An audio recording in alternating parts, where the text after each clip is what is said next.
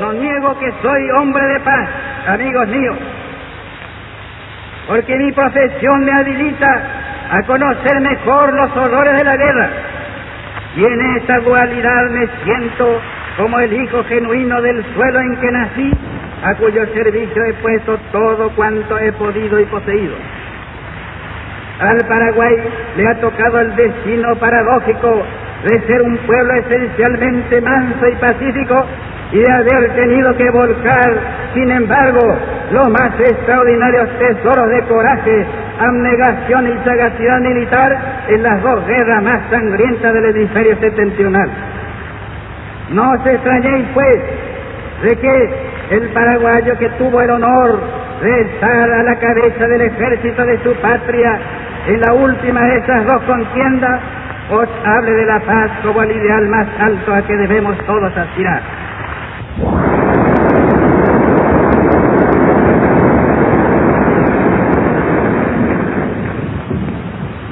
Pero debemos aspirar a la paz intrínseca, a ella que se nutre de nuestros deseos más íntimos, no a la paz transaccional y quebradiza de las fórmulas sin vida.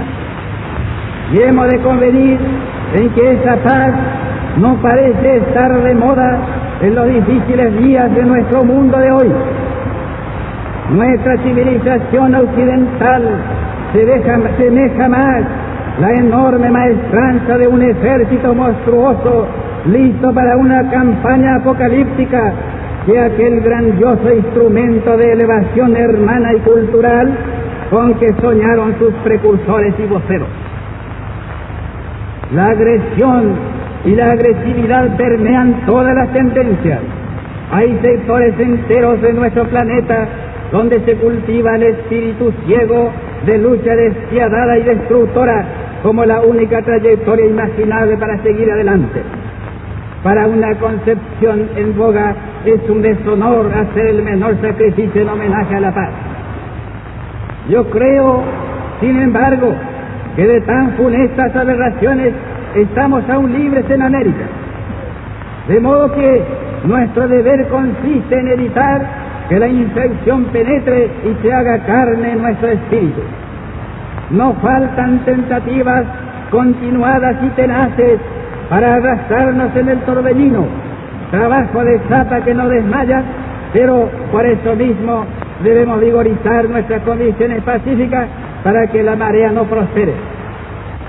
América se hizo libre en la aurora de la democracia liberal y gracias a ella, y en ella tiene su hábitat político-social y la garantía de su porvenir.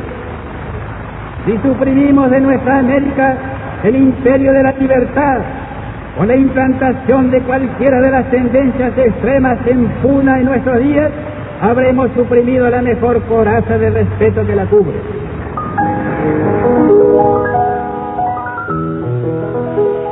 Este programa se elaboró con grabaciones originales procedentes del Museo de la Palabra del Sobre. Juan Zorrilla de San Martín, grabado entre 1917 y 1923, Juana de Ibarburú en el año 1938 y José Félix Estigarribia en el año 1936.